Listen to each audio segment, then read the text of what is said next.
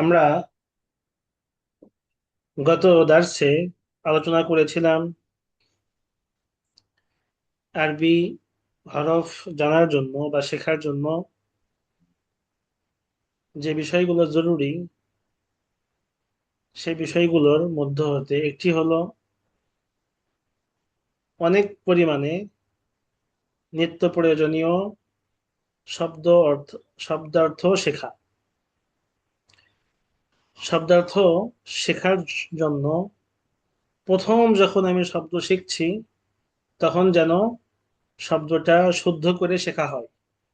কোথায় জের জবর হবে, কোথায় পেশ হবে, কোথায় তানবিন হবে, কোথায় সাকিন হবে, এই বিষয়গুলো শুদ্ধ করে শেখা। এটা হলো আরবি শেখার জন্য প্রথম ধাপ। দ্বিতীয়ত, আরবি ভাষার একটা গুরুত্বপূর্ণ বৈশিষ্ট্য হলো আরবি সমস্ত শব্দ, সমস্ত আলফাজ আরবগণ দুভাগে বিভক্ত করে। এক, আরবি সমস্ত শব্দ হয়তো মুজাক্কার হবে অথবা মুআন্নাস হবে। মুজাক্কার হওয়া মানে শব্দটা হোক সেটা প্রাণীবাচক, হোক সেটা অপ্রাণীবাচক বস্তু হোক, পদার্থ হোক, কোনো উদ্ভিদের নাম হোক, যে কোনো শব্দ সেটা হয়তোবা মুজাক্কার হবে অথবা মুআন্নাস হবে। মুজাক্কার হওয়া মানে শব্দটি পুরুষ জাতীয়, আর মুআন্নাস হওয়া মানে শব্দটা স্ত্রী জাতীয় শব্দ। তো স্ত্রী জাতীয় শব্দ এর একটা নিদর্শন হলো, আলামত হলো, চেনার একটা উপায় হলো শব্দের শেষে গোলতা থাকা, অথবা শব্দটি সরাসরি কোনো মেয়ে মানুষ এর গুণ অথবা নামের উপরে বোঝানো। এরপরে আমরা শিখেছিলাম যে আমরা কাছের ও দূরের বস্তুকে কিভাবে ইঙ্গিত করব। কাছের বস্তুকে ইঙ্গিত করার জন্য আরবিতে ব্যবহার হয় হাজা অথবা হাজিহি। আর দূরবর্তী বস্তুকে ইঙ্গিত করার জন্য আরবিতে ব্যবহার হয় জালিকা অথবা তিলকা। হাজা কাছের বস্তু যদি মুজাক্কার হয় তাহলে হাজা, আবার কাছের বস্তু যদি মুআন্নাস হয় তাহলে হাজিহি। দূরের বস্তু যদি জালিকা হয়, মুআন্নাস মুজাক্কার হলে জালিকা, আর যদি মুআন্নাস হয় তাহলে তিলকা হবে। এই পর্যন্ত আমাদের গত দার্সের আলোচনা ছিল। আশা করি গত দার্সের বিষয়টা আমাদের সবার সামনে স্পষ্ট হয়েছে। সবাইকে সাড়া দেবেন, সবাই কি গত দার্সের পড়াটা বুঝতে পেরেছেন পরিপূর্ণ? জি ওস্তাদ, বুঝতে পারছিলাম। আচ্ছা, জি। মাশাআল্লাহ। এবার আমরা পড়বো, একজন একজন করে পড়বেন এবং অর্থ করবেন ইনশাআল্লাহ। প্রথমেই পড়ে শোনাবেন আখি নাজমুল ইসলাম। আখি নাজমুল ইসলাম, আপনি পড়ে শোনান এখান থেকে। হাযা কিতাবুন, এখান থেকে। হাযা কিতাবুন, এটি একটি বই। হাযা কলামুন, এটি একটি কলম। যালিকা, হাযা হাজার পরে যালিকা, হ্যাঁ যালিকা কলামুন, তারপর কলামুন, ওটি একটি কলম। যালিকা হাযা মসজিদ, এটি একটি মসজিদ। যালিকা বাইতুন, উহা একটি ঘর। হাযা বাবুন, এটি একটি দরজা। যালিকা মিফতাহ, এটি একটি চাবি। হাযা কিতাবুন, এটি একটি কাগজ। যালিকা কুরসিয়্যুন, উহা একটি চেয়ার। হাযা বাইতুন, এটি একটি বাড়ি। হাযা কুরসিয়্যুন, এটি একটি চেয়ার। যালিকা মসজিদুন, উহা একটি মসজিদ। হাযা সারীরুন, এটি একটি ঘাট। মাশাআল্লাহ, আহসানতুম, অনেক সুন্দর হাদা হয়েছে। জিদার, একটি হ্যাঁ, দেওয়াল। যালিকা মিসবাহুন, উহা একটি বাতি। যালিকা সারিরুন, উহা একটি ঘাট। হাদা বাবুন, এটি একটি দরজা। যালিকা জিদারুন, উহা একটি দেওয়াল। মাশাআল্লাহ, আহসানতা, বারাকাল্লাহু ফি ইলমিক ওয়া হিলমিক। এখন আমাদের পড়ে শোনাবেন আবার শুরু থেকে আখি মোহাম্মদ ইয়াসিন আরাফাত। আপনি একটি ডিভাইস থেকে পড়ে শোনাবেন, যাতে করে শব্দ আমাদের দুবার না আসে। জি।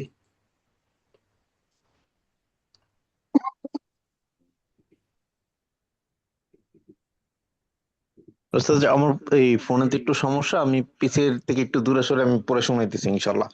আচ্ছা, ঠিক আছে, তাহলে এবার শোনান আখি হাজা মোহাম্মদ। কিতাবুন, হ্যাঁ, জি। ইহা বই।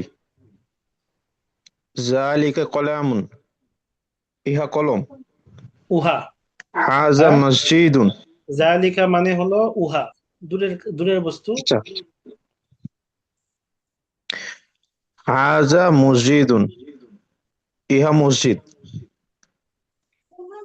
জালিকা বাইতুন, উহা ঘর। হাজা বাবুন, ইহা দরজা। জালিকা মিসবাহুন, একটি বাতি। উহা বাতি। উস্তাদ যে বুঝি নেই। হ্যাঁ, উহা বাতি। জালিকা মিসবাহুন মানে উহা বাতি। উহা বাতি। হাজা জিদারুন, ইহা দেয়াল। জালিকা কুরসিয়ুন, উহা চেয়ার। হাজা বাইতুন, ইহা বাড়ি। হাজা কুরসিয়ুন, ইহা চেয়ার। জালিকা মসজিদুন, উহা মসজিদ। হাজা সারিরুন, ইহা খাট। হাজা জিদারুন, ইহা দেয়াল। জালিকা মিসবাহুন, উহা বাতি। জালিকা সারিরুন, ইহা খাট। উহা, উহা ও খাট। উহা খাট। হাজা বাবুন, ইহা দরজা। জালিকা জিদারুন, উহা দেয়াল। মাশাআল্লাহ, আহসানতা, সুন্দর হয়েছে। তো এখানে দুটি বিষয় লক্ষণীয়, সেটা হলো আমরা যখন উচ্চারণ করছি, উচ্চারণ করার ক্ষেত্রে জালের মাখরাজটা হলো নরম। জা, জা নরম। আর মসজিদ শব্দটা হবে মসজিদ, মসজিদ না। মসজিদ তো বাংলায়। আমরা যেহেতু পড়ছি আরবি, আমাদের উচ্চারণ ভঙ্গিমা যেন সরাসরি আরবদের মতো হয়। মসজিদুন, মিম জবর মা, মসজিদুন। হাদা মসজিদুন, ذلك هذا مسجد، مسجد. هذا ذلك، هذا ذلك، هكذا আমাদের কিভাবে পড়তে হয়। মাশাআল্লাহ, এবার পড়ে শোনাবেন আমাদেরকে আখি মোহাম্মদ আলী হুসাইন। ইকরা বিসাউতিন আল, উচ্চ আওয়াজে পড়েন। হাদা কিতাবুন, এটা বই। যালিকা কলামুন, সেটা কলম। হাদা মাসজিদুন, এটা মসজিদ। হাদা বাইতুন, সরি, যালিকা বাইতুন, সেটা ঘর। তারপর হাদা বাবুন, এটা দরজা।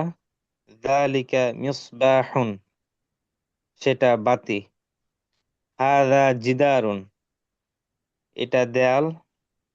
যালিকা কুরসিয়ুন, সেটা চেয়ার।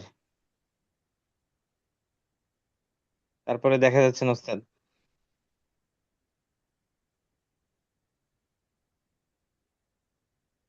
তারপর হাদা বাইতুন, এটা ঘর। তারপরে হাদা কুরসিয়ুন, এটা চেয়ার। যালিকা মাসজিদুন, সেটা মসজিদ। হাদা সারিরুন, এটা খাট। হাদা জিদারুন, এটা দেয়াল। যালিকা মিসবাহুন, সেটা বাতি। যালিকা সারিরুন, সেটা খাট। হাদা বাবুন, এটা দরজা। তারপর দেখা যাচ্ছে না উস্তাদ।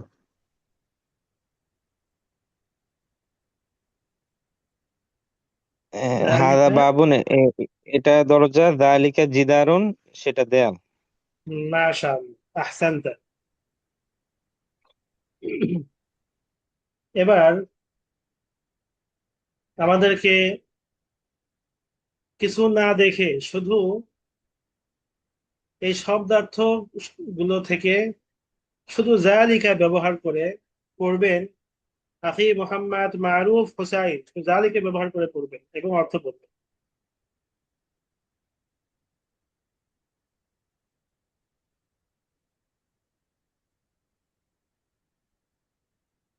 মারুফ ভাই আছেন? নাই। সিরাজুল ইসলাম ভাই পড়ে।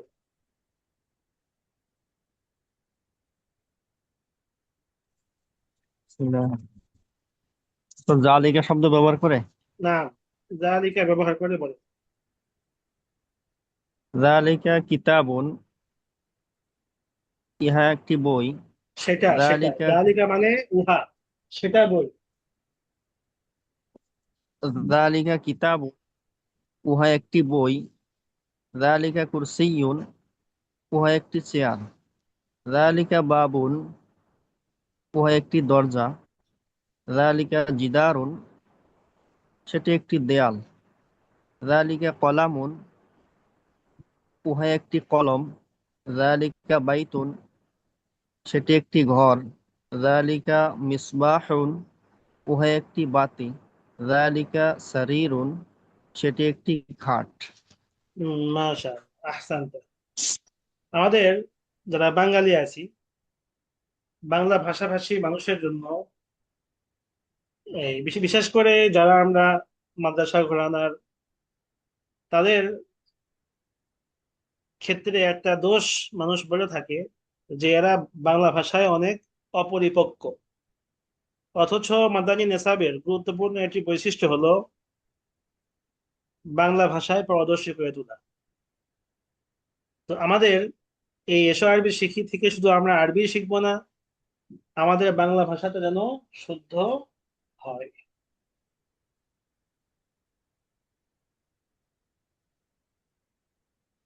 এজন্য আমরা যখন পড়বো, পড়ার সময় লক্ষ্য রাখবো একই শব্দ যেন পরিপূর্ণ ভাবে সবসময় ব্যবহার হতে থাকে। যেরকম আমি যখন শুরু করছি উহা, তাহলে আমি বলবো উহা দিয়ে। আর যদি আমি শুরু করি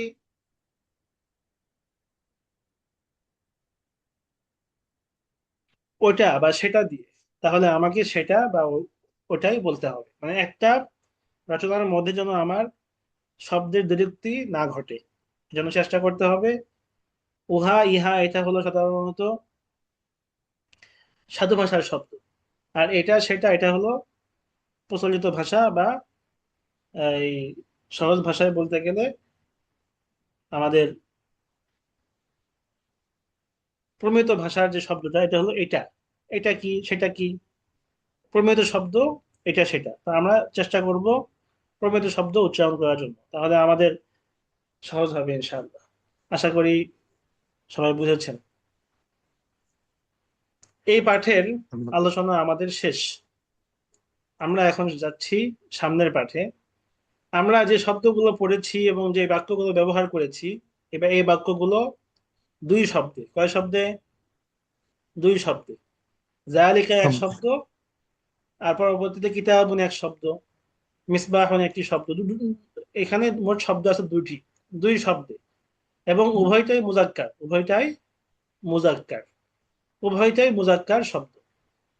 এখন আমরা আলোচনা করব আজকে আমরা মুআন্নাস শব্দ এবং মুআন্নাস শব্দের ব্যবহার। আমরা আগেও আলোচনা করেছি যে আরবরা সমস্ত শব্দকে দুই ভাগে ভাগ করে। এক হলো মুজাক্কার, দুই হলো মুয়ান্নাস। তো আমরা মুয়ান্নাস শব্দের একটা আলামত, নিদর্শন বা চেনার উপায় আমরা শিখেছি। সেটা হলো শব্দের শেষে গোলতা থাকা। শব্দের শেষে গোলতা থাকা, এই তাকে বলা হয় আত্তাউল মারবুতহ। আত্তাউল মারবুতহ। আত্তাউল মারবুতহ মানে কি? মা মানা আত্তাই আল মারবুতহ? তাই মারবুতহ মানে যেই তাটি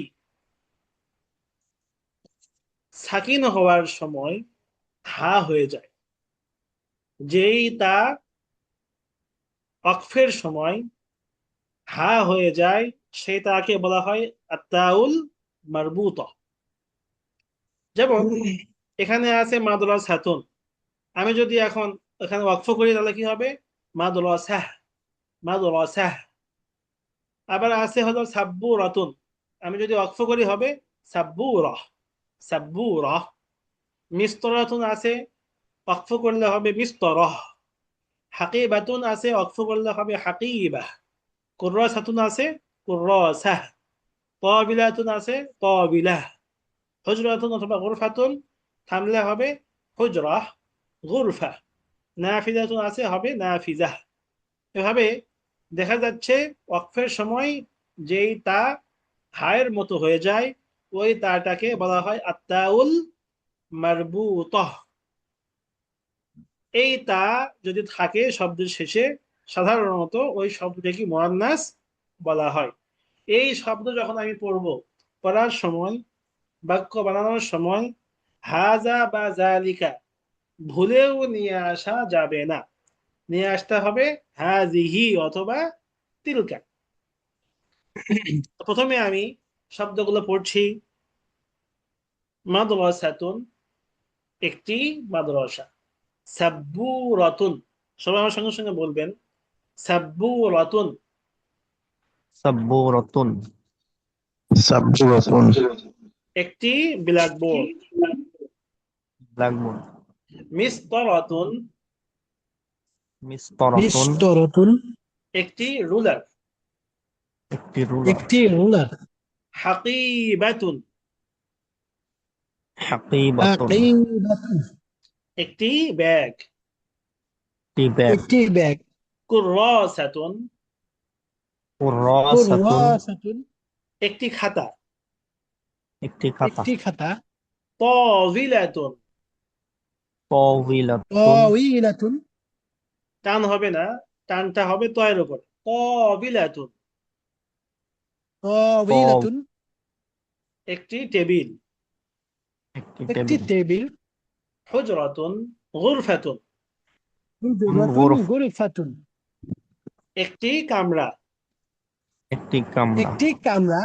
নাফিজাতুন, নাফিজাতুন, নাফিজাতুন, একটি একটি জানালা। একটি জানালা। একটি জানালা। এই 8টি শব্দ মুয়ান্নাস। এই শব্দগুলো এখন আছে এককভাবে, তার আসল চেহারায় আছে, বাক্যে ব্যবহার হয়নি। এখন আমি যদি এগুলোকে বাক্যে ব্যবহার করতে চাই তাহলে কি হবে? প্রাথমিক বাক্য হলো হাজিহি বা তিলকা ব্যবহার করা। তো হাজিহি দিয়ে আমরা বলি, চেষ্টা করি। সবাই আমার সঙ্গে সঙ্গে বলবেন হাজিহি মাদ্রাসাতুন। হাযিহি হাযিহি হাযিহি মাদ্রাসাতুন, মাদ্রাসাতুন, অর্থ কি হবে? এটা একটি এটি একটি মাদ্রাসা। উহা এটি, একটি মাদ্রাসা। হাজিহি যেহেতু আছে তো এটি, এটি মাদ্রাসা, ও, এটি, এটি মাদ্রাসা। এটি মাদ্রাসা। এরপরে হাজিহি সাব্বুরাতুন। হাযিহি হাযিহি হাযিহি সাব্বুরাতুন, সাব্বুরাতুন, অর্থ এটি কি হবে? একটি ব্ল্যাকবোর্ড। এটি একটি ব্ল্যাকবোর্ড। ব্ল্যাকবোর্ড। মাশাআল্লাহ। হাজিহি মিসতালাতুন, হাযিহি মিসতারাতুন, একটি রুলার। এটি এটি রুলার। ইহা একটি একটি রুলার। এটি একটি এটি রুলার। রুলার, শেষ। এই একটি বলার দরকার না, এটি রুলার। হাদিহি হাকিবাতুন, এটি রুলার। হাযিহি হাক- হাসিবাতুন, এটি হাকিবাতুন, ব্যাগ। এটি এটি ব্যাগ। ব্যাগ। মাশাআল্লাহ। হাদিহি কুররাসাতুন, হাযিহি এটি কুররাসাতুন, এটি খাতা। খাতা। হাদিহি তাবিলাতুন, হাযিহি এটি টেবিল। তায়িলাতুন, তাওবিলাতুন, তাওবিলাতুন, তাবিলাতুন, طاولة এটি টেবিল। টেবিল। হাদিহি হুজরাতুন, হাজিহি هذه হুজরাতুন, هجرة এটি কামরা। এটি কামরা। হাদিহি নাফিদাতুন, হাজিহি নাফিজাতুন, একটি জানালা। শব্দটা কি হবে? নাফিদাতুন, টানটা হবে না এর পরে। নাফিজাতুন, হ্যাঁ, নাফিদাতুন অর্থ নাফিজাতুন, হলো জানালা, এটি জানালা। জানালা। হাদিহি নাফিদাতুন। নাফিজাতুন। মাশাআল্লাহ। এবার নাজমুল ভাই প্রত্যেকটা শব্দের সাথে তিলকা দিয়ে বলেন, শুধু আরবি বলেন তিলকা দিয়ে।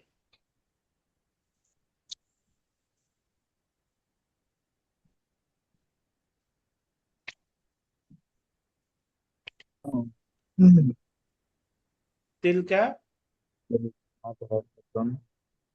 تلك مصرة. تلك كرة. تلك غرفة. تلك سبورة. تلك حقيبة. تلك طاولة. تلك نافذة.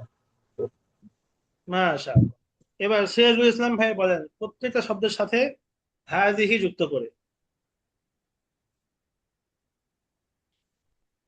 হাযিহি মাদ্রাসাতুন, ইহা একটি মাদ্রাসা। অর্থ বলার প্রয়োজন নাই, লা হাজাতা ইলা তারজামা। ইকরা আল হাযিহি জুমাল। মাদ্রাসাতুন, হাযিহি সাব্বুরাতুন, হাযিহি মিসতারাতুন, হাযিহি হাকীবাতুন, হাযিহি কুররাসাতুন, হাযিহি তাওবিলাতুন, হাযিহি হুজরাতুন, হাযিহি গুরফাতুন, হাযিহি নাফিযাতুন। নাফিদাতুন, জাল, জি। নাফিদাতুন। মাশাআল্লাহ। অর্থ বলার প্রয়োজন নাই কেন? যখন আমরা বাক্য বলছি যে হাদিহি মাদ্রাসাতুন, তখন আমার সামনে বা আমার স্মৃতিপটে, আমার মস্তিষ্কের মধ্যে একটা মাদ্রাসার ছবি আছে, ওই ছবিটাই অর্থ। মুখ দিয়ে আমি অর্থ বলার প্রয়োজন নাই। আমি যেন এমন ভাবে পড়ি যে আমার সামনে বাজার আসছে, বাজারের আরবি আমার জানা আছে, সুক, হ্যাঁ দা সুক। একটা সাইকেল আসছে, হ্যাঁ দেখি দরওয়াজা। একটা বাগান আসছে, হ্যাঁ দা বুস্তান। একটা ঘর আসছে, হ্যাঁ দা বাইত। মানে এভাবে যেন আমার অটোমেটিক দেখার সঙ্গে সঙ্গে মুখ থেকে আরবি বের হয়। এজন্য অর্থ বারবার বলার প্রয়োজন নাই, অর্থ ছাড়া আরবি শেখা। মাশাআল্লাহ। আশা করি বিষয়টা আপনারা বুঝতে পেরেছেন। এবার প্রত্যেকটা শব্দের সাথে তিলকা দিয়ে পড়েন মারুফ ভাই।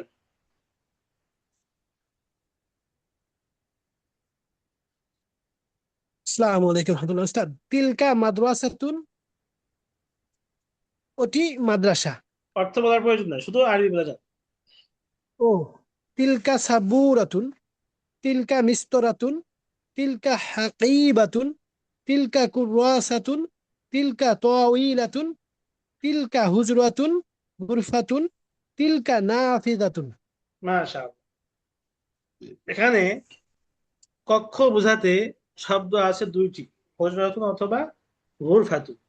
আমরা যখন ব্যবহার করব তখন একটা ব্যবহার করব। দুটো একসঙ্গে যদি বলি যে তিলকা হুজরাতুন গুরফাতুন তাহলে ভুল হবে। আমাকে যে কোনো একটা ব্যবহার করতে হবে। মাশাআল্লাহ। এবারে ইয়াসিন আরাফাত ভাই সবগুলোর শুরুতে হাদিহি যুক্ত করে বলেন।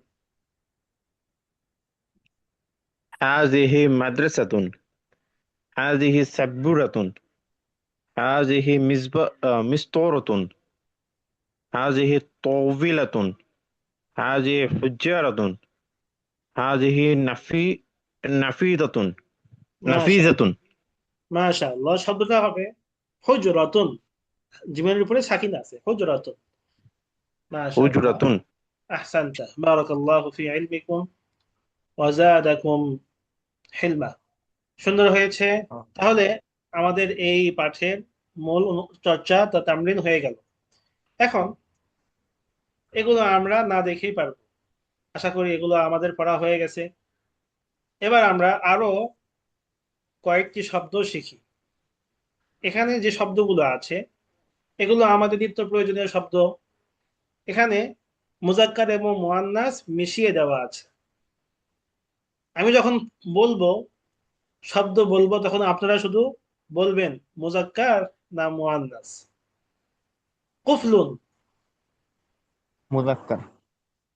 মিফতাহুন, মুজাক্কার, সুন্দুকুন, মুযাক্কার। মুজাক্কার, সাআতুন, মুয়ান্নাস। মুয়ান্নাস, মিযাল্লাতুন, মুয়ান্নাস, মুয়ান্নাস। নাজ্জারাতুন, মুয়ান্নাস, মুয়ান্নাস। সাইয়ারাতুন, মুয়ান্নাস, মুয়ান্নাস। দারাজাতুন। মুয়ান্নাস, তা 5টি আছে মুআন্নাস, 3টি আছে মুজাক্কার। মুজাক্কার। মাশাআল্লাহ। এবার আমরা একবার অর্থ বলে দেখি। কুফলুন মানে কি? কুফলুন যখন আমি উচ্চারণ করছি, কুফলুন উচ্চারণ করতেই আমার সামনে ভেসে উঠছে তালা, যে জিনিসটা বন্ধ আছে। কুফুল, কুফুল, বন্ধ আছে কিছু, কুফলুন, ব্যাস।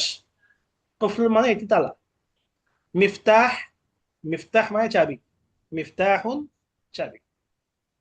আমরা পড়েছি as-salatu মিফতাহুল জান্নাহ, নামাজ বেহেশতের চাবি। তো এখানে এই মিফতাহুনটা এসে গেছে। সুন্দুকুন, এটা বলতেই সিন্দুক সিন্দুক ভাব এসে গেছে, তার মানে যে সিন্দুক। সন্দুক মানে সিন্দুক, বাক্স।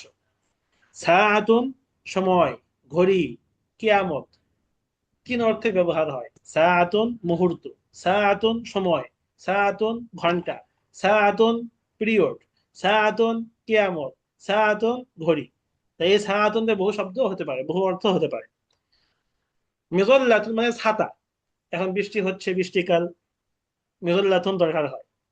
নাজ্জারাতুন মানে চশমা, আমাদের চোখে দেখতে থাকে নাজ্জারাতুন, নজর। মনে রাখবেন নাজ্জারাতুন আসছে নজর থেকে। নজর মানে চোখ, দেখা। এখান থেকে নাজ্জারাতুন, দেখার জন্য যে যন্ত্র ব্যবহার হয় সেটা হলো চশমা। সাইয়ারা, সাইয়ারা আসছে সাইর থেকে, সাইর, সাইর, সাইর মানে ঘোরাফেরা করা। সাইয়ারাতুন মানে যে জিনিস দিয়ে ঘোরাফেরা করা হয়, কার গাড়ি, গাড়ি। দারওয়াজা মানে সাইকেল। দুরজুন, দারজুন থেকে আসছে। দারওয়াজা দুরজুন মানে হলো উপরে ওঠানামা করা। যেহেতু আমরা যখন সাইকেলে উঠি তখন পেডেল মারতে হয়, একবার এদিকে একবার ওদিকে, উপরে ওঠানামা করা হয়। এজন্য দারওয়াজা ইয়াদরুজু, ধীরে ধীরে চলে, এর নাম সাইকেল, দারওয়াজাতুন। হাল ফাহিমতুম হাযিহিল আলফাজ? এই শব্দগুলো কি বুঝে আসছে সবার? জি। না, মাশাআল্লাহ। এবার এই শব্দগুলো যদি বুঝে আসে, আমাদের আজ পর্যন্ত শব্দ গেল মোট 3, 4, 12, না 3 8 24, 24টি শব্দ আমাদের এই পর্যন্ত শেখা হলো। এই 24টি শব্দ দিয়ে আমরা হাজা হাজিহির চর্চা করব। এটা আমাদের 1 নম্বর পড়া।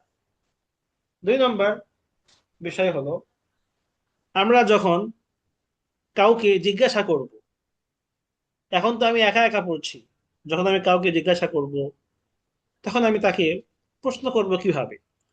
প্রশ্ন করাটা জরুরি, কোনো কিছু শেখার জন্য প্রশ্ন করাটা জরুরি।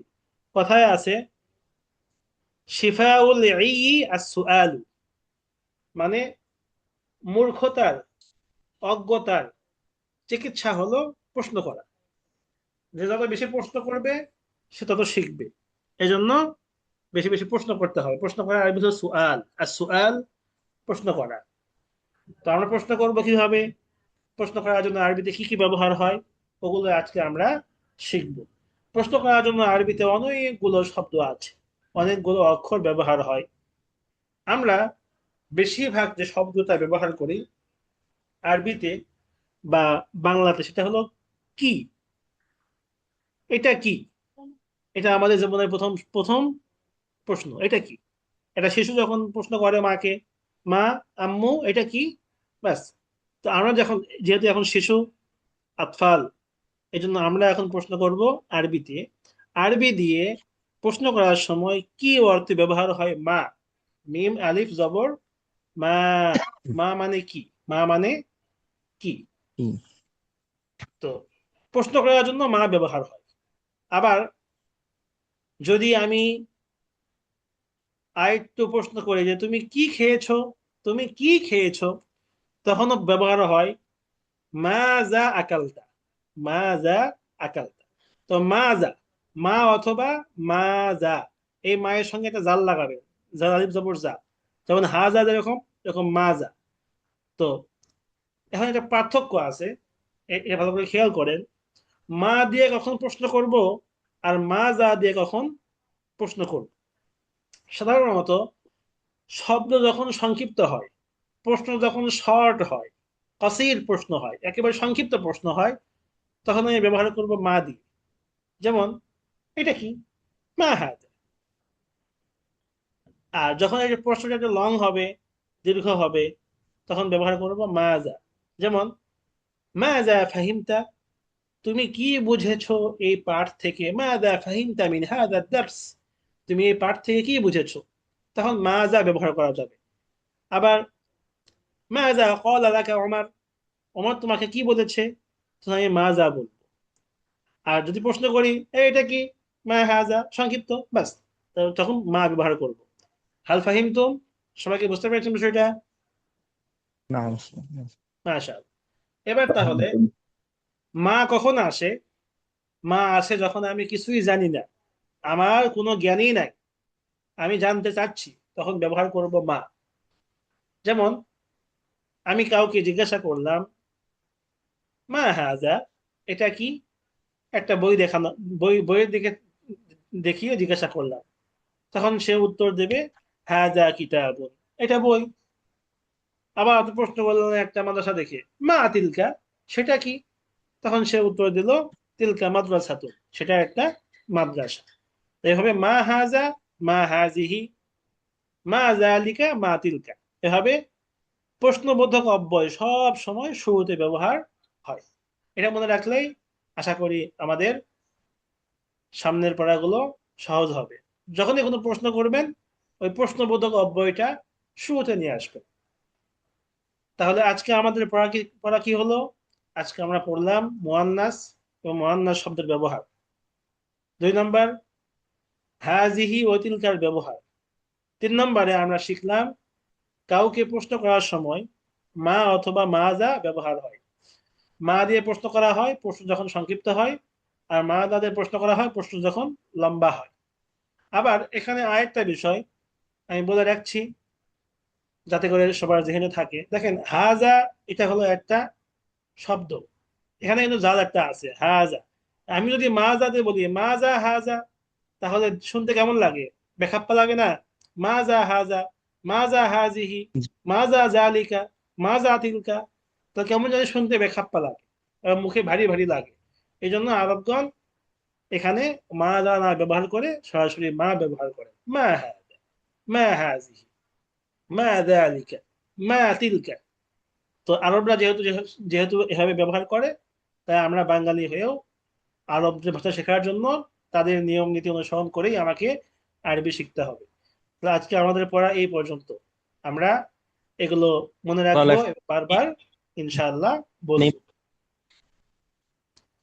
জি, এবার প্রশ্ন করার পালা। জি, প্রশ্ন করি। মাজা লেখার সময় মিম আলিফ জাল হবে না হ্যাঁ, মিম মিম জাল এরকম আলিফ হবে? এবং জাল আলিফ। মিম আলিফ তো হবেই, সঙ্গে সঙ্গে জাল আলিফও হবে। মাজা, মাজা। কারো কোনো প্রশ্ন আছে আজকের পড়ার বিষয়ে বা গতকালের পড়ার বিষয়ে? ওস্তাদ, ওই যে আমাদেরকে তো বলছিলেন যে সপ্তাহে 6 দিন ক্লাস নিবেন, 4 দিন হচ্ছে 9টা বাজে, আর 2 দিন অন্য একটা টাইমে নেওয়ার কথা হয়েছিল। এখন ওটা যদি এখানে যদি একটু আলোচনা করে নিতেন। আচ্ছা, আমি একটা পরামর্শ দিই। আমার পরামর্শ হলো, যেহেতু আমাদের ক্লাস টাইম যদিও সপ্তাহে 4 দিন, তবে আমরা যদি এই সময়ই সপ্তাহে আরো 2 দিন বাড়াইয়া দিই, তাহলে হয়তো বা আমাদের জন্য ভালো হবে সামনে গিয়ে। এখন হয়তো একটু একটু কম কম করে পড়লাম, পড়া যখন একটু ধরে উঠবে, তখন আমরা ইনশাল্লাহ সপ্তাহে 6 দিন ক্লাস নিব। এটা করলে মনে হয় সময়ও সবার একই হলো, টাইমিংটা ঠিক ঠিক থাকলো, শুধু ক্লাস দিনটা বাড়লো। এখন আপনারা বলতে পারেন। উস্তাদ, মানে এভাবে করলে আমার ওই আমার কাছে মনে অভিজ্ঞতা হয় থেকে জিনিসটা সুন্দর হয়। জি, বলি, সেটা হচ্ছে কি, ওই যে 6 দিন হলে অনেক সময় ওই যে এই যেমন পড়াটা দিচ্ছেন না, মানে হ্যাঁ ওই প্রতিদিন পড়তে পড়তে একটু চাপ হয়ে যায় আর কি, এই জন্য একটু গ্যাপ হলে এটা ভালো হয় আর কি। মানে প্রথম প্রথম জজবাটা অনেক থাকে, পরে যখন পড়ার চাপটা বেশি হয়ে যায় তখন শয়তানের ধোঁকা দেয়। হ্যাঁ। একটা গ্যাপ থাকা মনে হয় ভালো। তো আমরা গ্যাপ দেবো ইনশাআল্লাহ। এই এখন গ্যাপ চলছে, আমরা প্রথম 1 মাস বা জি, 1.5 মাস এভাবে আমরা আস্তে আস্তে চালাই। আমরা একটু চেষ্টা করি পড়ার জন্য, যাতে করে আমাদের বিষয়গুলো আত্মস্থ হয়ে যায়। যখন 1-1.5 মাস যখন হয়ে যাবে, আমরা তখন দৌড়াবো। দৌড়ানোর সময় আশা করি আর গ্যাপ দেওয়ার প্রয়োজন হবে না। তখন আমরা 5 দিন বাড়িয়ে জি দিলাম। ইনশাল্লাহ, জি জি। 5 দিন যখন হয়ে গেল, পড়তে পড়তে আরো মজা এসে গেছে, তখন আমরা সপ্তাহে 6 দিন বাড়ালাম। তো 6 দিন বাড়াতে গিয়ে আমরা তখন পেছনের পড়াগুলো একটু রিভাইজ দিলাম, হয়তো একদিন, আর 4 দিন মূল মূল ক্লাস নিলাম, বা 2 দিন রিভাইজ দিলাম, 4 দিন মূল ক্লাস নিলাম। রিভাইজটা জরুরি। পেছনের পড়াগুলো রিভাইজ থাকলে, জি জি। রিভিশন থাকলে ইনশাআল্লাহ সামনের দিকে আরো সহজ হবে। তো ঠিক আছে, আজকে এ ওস্তাদ পর্যন্তই। আরেকটা কথা ছিল যে হ্যাঁ, ওটা হচ্ছে ওস্তাদ যে আমাদের কি পরীক্ষা নিবেন কোনো? অবশ্যই 3 মাস পর পর একটা করে পরীক্ষা হবে ইনশাআল্লাহ। ইনশাল্লাহ। ঠিক আছে। ওয়াইদাল লিকাই মা আসসালাম। আসসালামু আলাইকুম ওয়া রাহমাতুল্লাহি ওয়া বারাকাতুহু। ওয়ালাইকুম আসসালাম আসসালামু ওয়া আলাইকুম। রাহমাতুল্লাহ।